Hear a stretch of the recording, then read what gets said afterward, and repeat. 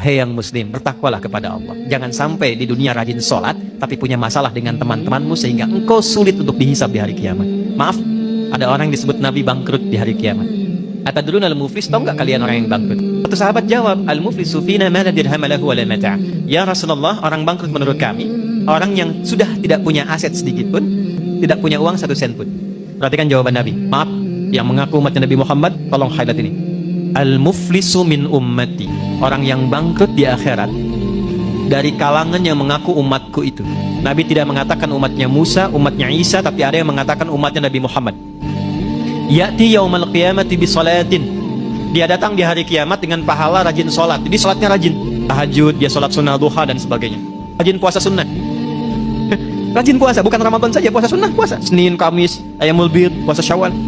Wa zakatin, gak telat zakat, bahkan disiapkan sebelum waktunya. Kemudian dia sholat, dia puasa, zakat, mungkin juga haji dan umrah. Cuma sayang, wa ya'ti qad syattama hadza, tapi lisannya gatal cela orang. Tangan, ada ayatnya, al yauma nakhtimu ala afwahihim wa tukallimuna aydihim. Sekarang itu ayat Yasin itu berlaku. Kadang orang mencela, lisannya diam tapi tangannya itu komen. Tangannya komen kan? Sudah mulai sekarang ya. Tinggalnya di Singaparna tapi statusnya sampai Singapura kan? Itu pembuktian terbaik sekarang, muncul sekarang. Dan masalah paling banyak kan sekarang Pak ya? ITE yang banyak diadili itu. Ya. Wa qadzafa hadza, suka nuduh dengan bukti yang tidak ada. Maaf, wa daraba hadza, senang berkelahi. Puncaknya wasafaka dama hadza, ada yang menumpahkan darah, membawa nama agama dengan jalan yang tidak benar. Dan itu oleh Nabi jauh-jauh diingatkan. Hati-hati Pak, kalau ada aliran yang sedikit-sedikit lukai orang, menghukumi orang sekenanya, kata Nabi hati-hati. Karena kita itu sudah lengkap sekali aturannya, pakemnya sudah jelas, ya. Nah, orang-orang ini ketika pulang, ini spiritnya, hukum positifnya supaya kita koreksi diri, jangan sampai terjadi.